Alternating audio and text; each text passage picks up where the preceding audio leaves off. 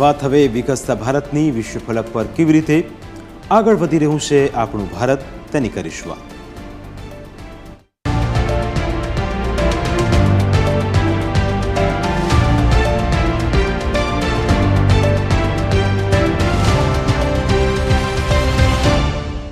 Maruti Suzuki માટે Bharat 30 million cumulative production પાર કરનાર બીજું માર્કેટ બની ગયું છે। જાપાની કાર નિર્માતાએ બુધવારે જણાવ્યું હતું કે સુઝુકી મોટર કોર્પોરેશન માટે ભારત 3 કરોડ એકમોનું સંચિત ઉત્પાદન પાર કરનાર બીજો દેશ બન્યો છે, જે તેના પોતાના દેશ કરતાં પણ વધુ ઝડપથી આ માઇલસ્ટોન સુધી પહોંચ્યો છે। ભારતમાં સુઝુકીનું ઉત્પાદન તેના પ્રથમ મોડેલ મારુતિ 800 સાથે મારુતિ ઉદ્યોગ લિમિટેડ નામ હેઠળ શરૂ થયું હતું, જે કંપની અને ભારત સરકાર વચ્ચે સંયુક્ત સાહસ હતું। હાલમાં Maruti Suzuki India limited Gurugram, Manesar અને હંસલપુર ખાતે ઉત્પાદન કરે છે, જ્યારે MSILની સંપૂર્ણ માલિકીની પેટા કંપની સુઝુકી મોટર ગુજરાતમાં 32 લાખથી વધુ વાહનોનું ઉત્પાદન કરે છે।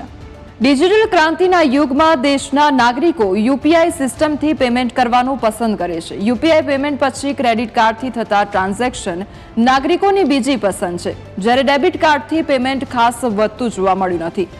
વર્લ્ડ લાઇનના અહેવાલ મુજબ ભારતમાં જૂન અને ડિસેમ્બર 2023 વચ્ચે ક્રેડિટ કાર્ડ ટ્રાન્ઝેક્શનમાં 11% વધારો નોંધાયો છે। 2023ના બીજા 6 મહિનામાં ડેબિટ કાર્ડ ટ્રાન્ઝેક્શન્સની સંખ્યા 1.15 બિલિયન હતી, તેની સામે 34% ઘટાડો નોંધાયો, તો બીજી તરફ ક્રેડિટ કાર્ડ ટ્રાન્ઝેક્શન 1.78 બિલિયન હતા, જે 2022ના બીજા હાફની સરખામણીમાં 21% વધુ છે। જૂનથી ડિસેમ્બર 2023 વચ્ચે 12.66 ટ્રિલિયનના કુલ કાર્ડ વ્યવહારોમાંથી ક્રેડિટ કાર્ડ દ્વારા ચૂકવણીનું મૂલ્ય 9.29 ટ્રિલિયન હતું, જે H2 2022થી 11% વધુ હતું, અને ડિસેમ્બર 2023માં કુલ 97.9 મિલિયન ક્રેડિટ કાર્ડ અને 960.8 મિલિયન ડેબિટ કાર્ડ જારી કરવામાં આવ્યા હતા। ભારતમાં વિદેશી પોર્ટફોલિયો ઇન્વેસ્ટર્સ એટલે કે FPIs દ્વારા ઇક્વિટી એટલે કે શેર માર્કેટમાં તો ખરીદદારી થઈ જ રહી છે, પરંતુ સાથે સાથે ભારતીય બોન્ડ માર્કેટમાં પણ એટલી જ ખરીદદારી કરવામાં આવી રહી છે। નાણાકીય વર્ષ 2024માં FPIs દ્વારા $1458 કરોડ ભારતીય બોન્ડ ખરીદવામાં આવ્યા। પાછલા 5 મહિનામાં જ 70% નાણાં ઠલવાયા છે।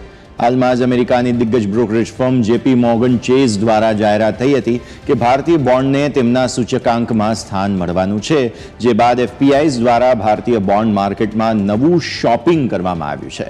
FPIsનું આ રોકાણ પાછલા 6 વર્ષમાં સર્વોચ્ચ જોવા મળ્યું છે। નિષ્ણાંતોનું માનીએ તો ભારતીય બોન્ડની માંગ આવનારા સમયમાં હજુ પણ યથાવત રહેશે। ભારતીય અર્થતંત્ર બેસ્ટ છે, આવું અમે નહીં, ખુદ વર્લ્ડ બેંક કહે છે। વર્લ્ડ બેંકના સમગ્ર વિશ્વના દેશો માટે ગ્રોથ અનુમાન બહાર પાડે છે, અને જેમાં આ વખતે તેમણે ભારતના ગ્રોથ અનુમાન સુધારી નવો વધારો જાહેર કર્યો છે। હવે વર્લ્ડ બેંકના મતે ભારત 7.5%નો ગ્રોથ રેટ હાંસલ કરશે, જે તેમના પાછલા વર્ષ કરતાં 1.2%નો વધારો બતાવે છે। આ નિવેદનમાં સમગ્ર દક્ષિણ એશિયામાં ભારત સૌથી વધુ વિકાસ દર બતાવશે તેવી વિગતો સામે આવી છે, અને જેના માટે ભારતના સર્વિસ સેક્ટર અને ઇન્ડસ્ટ્રીઝ સેક્ટર એટલે કે મેન્યુફેક્ચરિંગ આ બંને પર મોટો દરોમદાર રહેશે। આ બંને સેક્ટરથી સારા ગ્રોથની અપેક્ષાને કારણે ભારત સમગ્ર વિશ્વનો સારામાં સારો ગ્રોથ રેટ હાંસલ કરી શકશે।